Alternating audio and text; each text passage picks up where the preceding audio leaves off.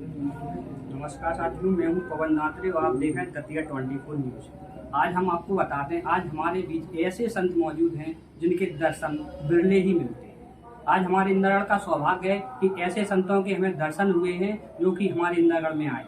हम परिचय करा दें, हमारे बीच जगत गुरु शंकराचार्य जी हैं जो कि पीठाधीश्वर हैं श्री कामतगिरी जी के।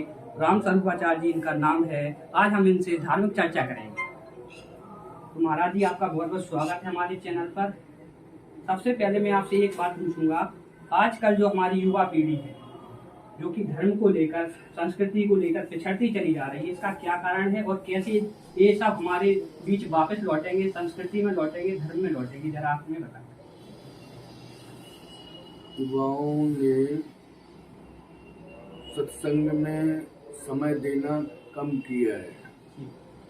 सत्संग के अभाव में शिक्षा की क्रांति में तो युवा आगे बढ़ रहा है, बेटियां हों चाहे बेटे हों, लेकिन वो शिक्षा का उद्देश्य है अर्थ कमाना, कि हम जितना अच्छा पढ़ेंगे उतनी अच्छी जॉब होगी, पैसा ज़्यादा आएगा। उनके माता पिता का भी यही दृष्टिकोण हो गया है कि मैं बेटे को पढ़ाऊंगा, बेटा हमारा नौकरी करेगा, पैसा बहुत आएगा। तो दृष्टिकोण धन का हो गया है, जबकि धन तो आएगा ही, लेकिन धर्म चला गया जीवन से तो धन किस काम का है।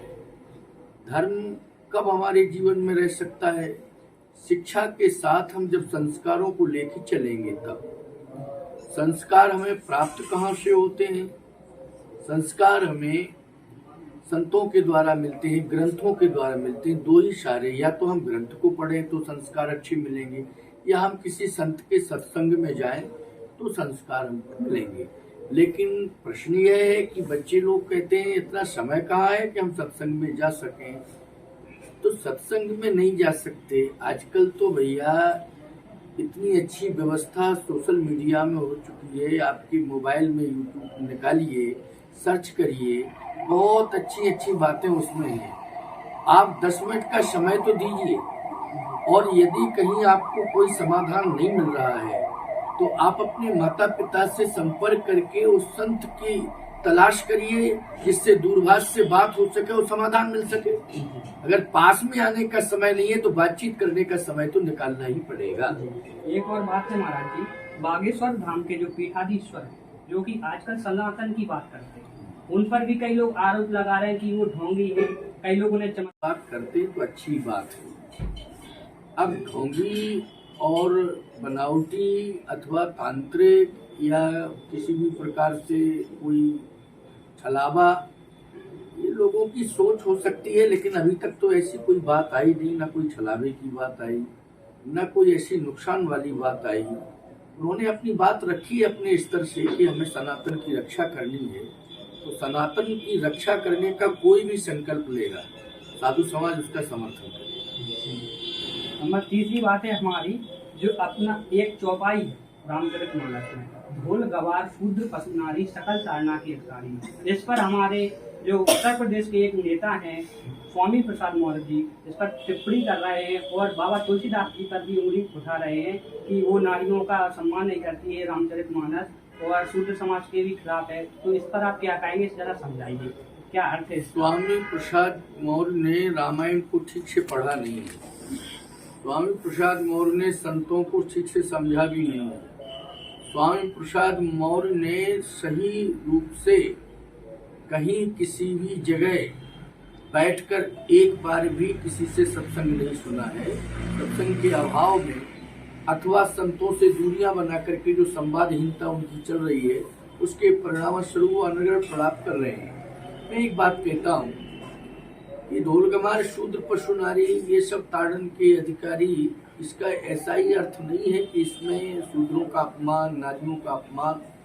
गोस्वामी तुलसीदास जी का एक दोहा है, इसकी व्याख्या कोई करके बतावे इसका क्या अर्थ हो सकता है कि तुलसी जिनके मुखरते धोखे निकषत राम, चाहे स्त्री हो, चाहे पुरुष हो, चाहे किसी जाति वाला हो, चाहे किसी धर्म वाला हो, चाहे कोई भी व्यक्ति हो, धोखे से उसके मुख से राम शब्द अगर निकलता है तो मेरे पग की पानी, वाके पग की पान ही मेरे तन को चाम, वाके पग की पान ही मेरे तन को चाम। कोई भी व्यक्ति, चाहे नर हो, चाहे नारी हो, चाहे किसी जाति का हो, किसी धर्म का हो, एक बार वो राम कह दे तो मेरे शरीर की चमड़ी उतार करके उसके पाँव की जूती बना देगा। हम उसके पाँव की जूती बनने को तैयार हैं। तो इतना सम्मान तुलसीदास जी कर रहे हैं कि अपनी चमड़ी उतार के दे रहे हैं, उनके पाँव में पनैया बन के रहना चाहते हैं। तो इस चौपाई पर क्यों बवंडर काटे हुए हैं? वो मूर्ख नहीं है तो क्या है, बताइए। और इसका अर्थ ये है ही नहीं कि अपमान। ताड़यति शिक्षयति पालयति, ताड़ना का अर्थ है पालन करना, ताड़ना का अर्थ है कहीं किसी भी प्रकार से कोई भटक ना जाए, कहीं किसी भी प्रकार से किसी कोई अपमान ना हो जाए, किसी नहीं कि अपमान। ताड़यति शिक्षयति पालयति, ताड़ना का अर्थ है पालन करना, ताड़ना का अर्थ है कहीं किसी भी प्रकार से कोई भटक ना जाए, कहीं किसी भी प्रकार से किसी कोई अपमान ना हो जाए, किसी भी प्रकार से किसी के साथ कोई अहित न कर दे, इसको ताड़ना है। गोस्वामी तुलसीदास जी कहते हैं जैसे ढोल है, तो ढोल गलत तरीके से बजाया जाएगा तो फूट जाएगा, उसका अस्तित्व समाप्त, अपमान होगा। अगर कोई ढोल को गलत तरीके से बजाता है तो संगीत में सरस्वती नाराज होती है। याद रखना, ये सामवेदी परंपरा है। ढोल को हम केवल चमड़े का ही यंत्र नहीं मानते हैं या वादक नहीं मानते हैं कि वादन है, वादन यंत्र है, वो वादक है, वादन व्यवस्था है।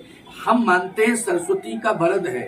क्या है? सरस्वती का वरद है। हम मानते हैं सामवेद की परंपरा है। तो ढोल को अगर कोई गलत बजाएगा तो निश्चित है कि उसका अपमान होगा, सरस्वती का अपमान होगा, संगीत जगत का अपमान होगा।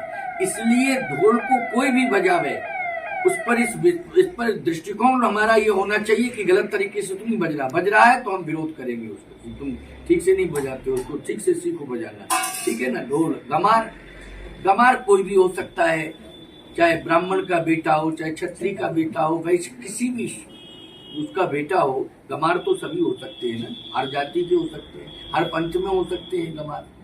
तो गमार को गमार ही रहने दें क्या?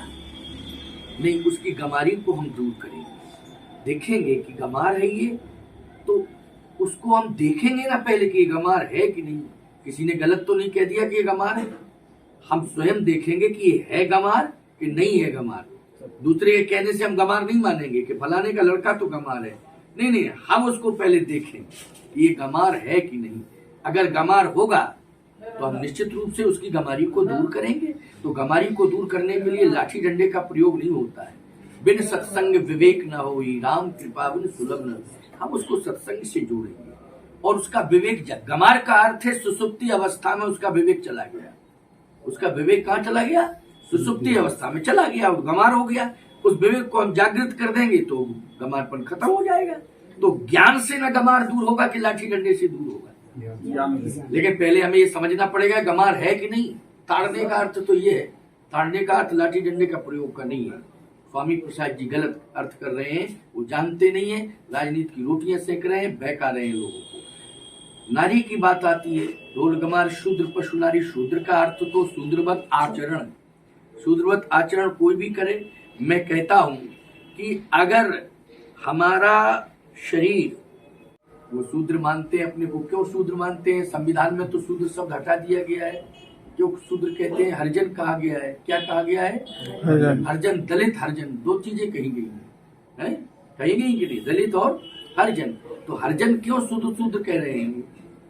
तुलसीदास जी ने जाति से थोड़ी शूद्र लिखा है, शूद्रवत आचरण से लिखा है शूद्र, जाति से शूद्र नहीं लिखा है। कहाँ लिखा है कि इतने प्रकार की जाति शूद्र है? इसलिए कहने का तात्पर्य मेरा ये है कि जीवन में हम शूद्र का अर्थ ये न करें कि एक विशेष जाति है शूद्र। नारी की ताड़ना का अर्थ ये नहीं होता है कि नारी को डांटना, नारी को मारना पीटना, ये अर्थ नहीं है उसका। ताड़ने का अर्थ ये है कि जो कीमती चीज होती है उस पर हमारी नजर रहती है। कीमती चीज होती है उस पर हमारी नजर रहती है। जैसे सोने को हम कहाँ रखेंगे? सुरक्षित स्थान पर रखेंगे। कीमती गहनों को कहाँ रखेंगे? सुरक्षित स्थान पर रखेंगे। दुकान में भी आप देखते हो कि जो कीमती चीजें होती हैं उनको दुकान के अंदर रखा जाता है। जब डिमांड होती है तब उसको बड़े सुरक्षित ढंग से बाहर किया जाता है। ऐसे ही नारी हमारी घर में रहेगी तब भी पर्दा पड़ी रहेगी, घर से बाहर निकलेगी तो घूंघट होगी। देहरी के बाहर होगी तो कोई परिवार का सदस्य जाएगा। क्यों? हमें नजर 24 घंटे इसलिए रखना है कि सबसे बड़ा सम्मान और सबसे बड़ा स्वाभिमान समाज का नारी, सम्मान और स्वाभिमान। क्योंकि नारी जब तो उस समय भी तो नारी का सम्मान किया गया है। नारी का सम्मान नहीं किया जाता है, मंडप के नीचे नारी को बिठाला जाता है और देवता, अग्नि, समाज, शास्त्र सभी को साक्षी करके तब उसे सौंपा जाता है। ये सम्मान ही तो है। दूसरी बात, जब सौंपा जाता है उसके पहले पैर पखारे जाते हैं। पखारे जाते हैं कि नहीं? ये क्या है? अपमान है कि सम्मान है? पैर नहीं पखारे जाते हैं उसके। माता पिता ही नहीं पखारते हैं, पूरे रिश्तेदार लाइन लगा लेते हैं कि अब बेटी जा रही है, उसको सम्मान दे करके भेजेंगे। तो ये सम्मान नहीं है तो क्या है? इसके बाद जब वह माँ बन जाती है, संतान को जन्म देती है, तो माँ के रूप में सम्मान करते हैं कि नहीं करते हैं? तो सीधी सी बात यह है कि जन्म से लेकर के अंतिम श्वास तक सम्मान की भूमि पर ही नारी को खड़ा किया गया है। इसलिए ताड़ना मानी, अब रक्षा करने के लिए, संरक्षण देने के लिए, अपमान न होने पावे, किसी प्रकार से कोई नारी का अपमान न करने पावे, इसके लिए ताड़ रहे हैं। ताड़ने का मतलब मारना नहीं है। ताड़ने का अर्थ है ताड़यति, शिक्षयति, पालयति, देखना। और देखने का अर्थ है संरक्षण देना। बहुत बहुत धन्यवाद आपको सही मार्ग दिखाने के लिए और इस चौपाई के बारे में सही अवगत कराने के लिए, जिससे ये कुर्तियां दूर हो जाए कि हमारी रामचरितमानस को कोई अभद्रता से बात ना कर सके। बहुत बहुत धन्यवाद आपका।